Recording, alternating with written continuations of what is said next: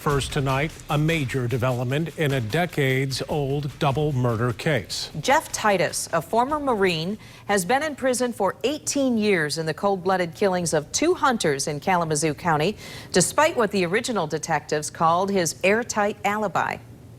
Now, those fighting for his freedom, including the original detectives, are focused on a serial killer convicted of hunting hunters. Here's Target 8 investigator Ken Kolker. Brian and Sue, Target 8 first told you the story 3 years ago about Michigan Innocence Clinic's fight to free Jeff Titus in the 1990 murders. At the time, the clinic knew nothing of this serial killer. On wintry days, it's not all that unusual to see a car skidding off the back roads around the Fulton State Game Area in Kalamazoo County. I just remember it was a snowy day. We were on our way into town, and a car had slid off into the ditch. That was November 17th, 1990, 30 years ago next month. He was 8 at the time. He and his mom, who lived around the corner, offered to help the stranger. It was, a few hundred yards from where the shooting was. And how close did you get to the guy? 4 feet, Yeah. as close as we are. Not until hours later did they learn that 2 hunters, Doug Estes and Jim Bennett, had been killed in the game area. Estes's stepson discovered the bodies. I started checking to see if Doug had a pulse, and he didn't. And I run over and rolled James Bennett over, and there was no sense in even feeling for a pulse on him. Both shot in the back, 2 different shotguns, both left in the woods. By that time, the stranger and his car were gone. I remember the glasses, I remember the round face, and the knit hat. That's mostly what I remember. He had his hat pushed back, and he was dripping sweat, basically. They told detectives about the encounter and helped a sketch artist with a composite. But a detective came and asked us, did you see anything? Did you see any cars? And that's when we said, oh yeah, there's this guy, he went in the ditch. But it became only a footnote in the original police reports. 3 years later, the murder's still unsolved. Police in Ohio arrested 42-year-old Thomas Dillon of Magnolia, Ohio, in the deaths of 5 men from 1989 to 1992.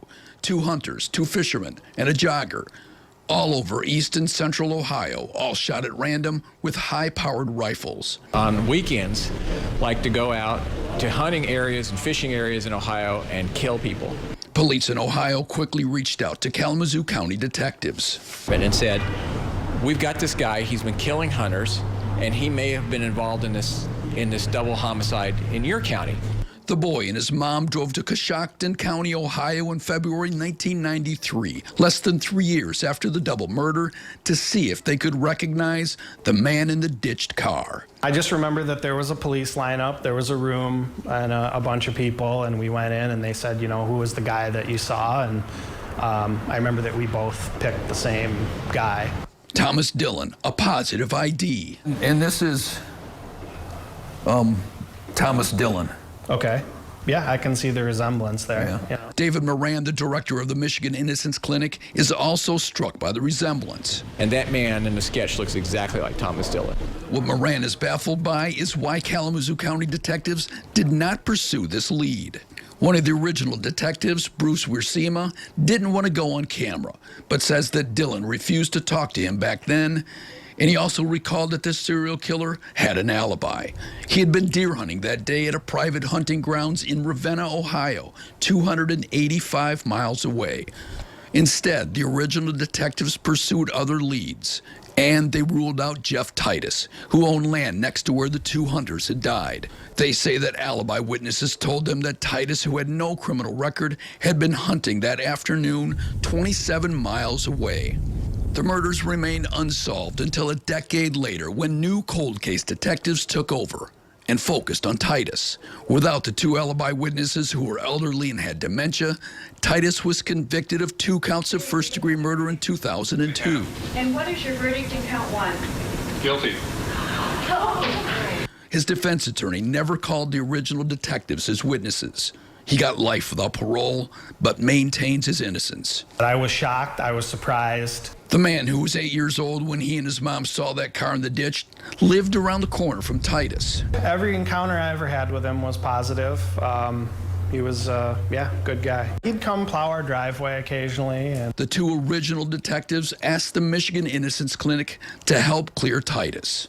But the state Supreme Court refused to take up his case after the Court of Appeals affirmed his conviction. That, though, was before the Michigan Innocence Clinic learned about the serial killer. Moran says the producer of a podcast who was working on the Titus case made the possible connection this summer. He says he recently scoured through Kalamazoo County Sheriff's box of evidence and found a small file about Dylan titled Serial Killer. Dylan was a married father of one, an engineer at the city of Canton, Ohio's Water Works Department. He killed a hunter a week before, and he killed another hunter about a week after the killings in the Fulton Game area. This was what he was doing at that time.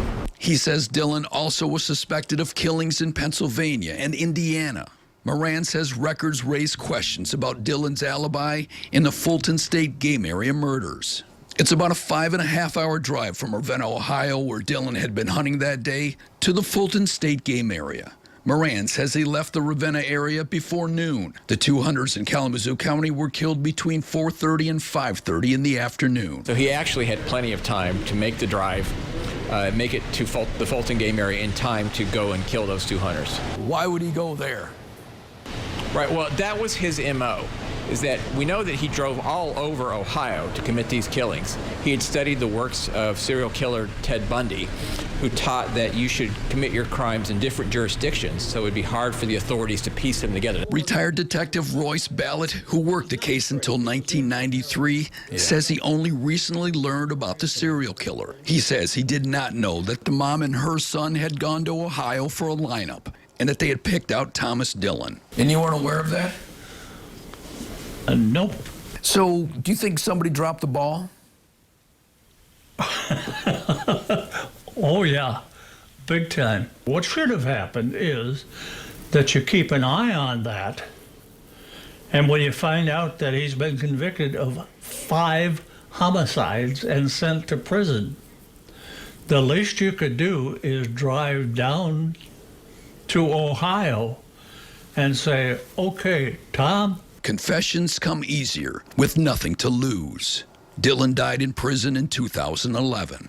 I think there's a damn good chance that he did it. But it could be anybody at this point anyway, except Jeff Titus. Because Jeff Titus had as close to airtight alibi as you can get. The Michigan Innocence Clinic director says a federal appeal is on hold while the state attorney general's conviction integrity unit considers taking up Titus's case. We have a link on our website to that podcast that focused on this case. Also, an investigation discovery 2-hour special on the killings airs on Sunday. Boy, there's a lot to still investigate in this. So compelling. Yes. That sketch, obviously a match, but then back in the day, they place him in the state. The eyewitnesses. Yeah, I mean, it's very interesting that Kalamazoo County detectives back then didn't pursue this more than they did. Ken Kolker, thank you.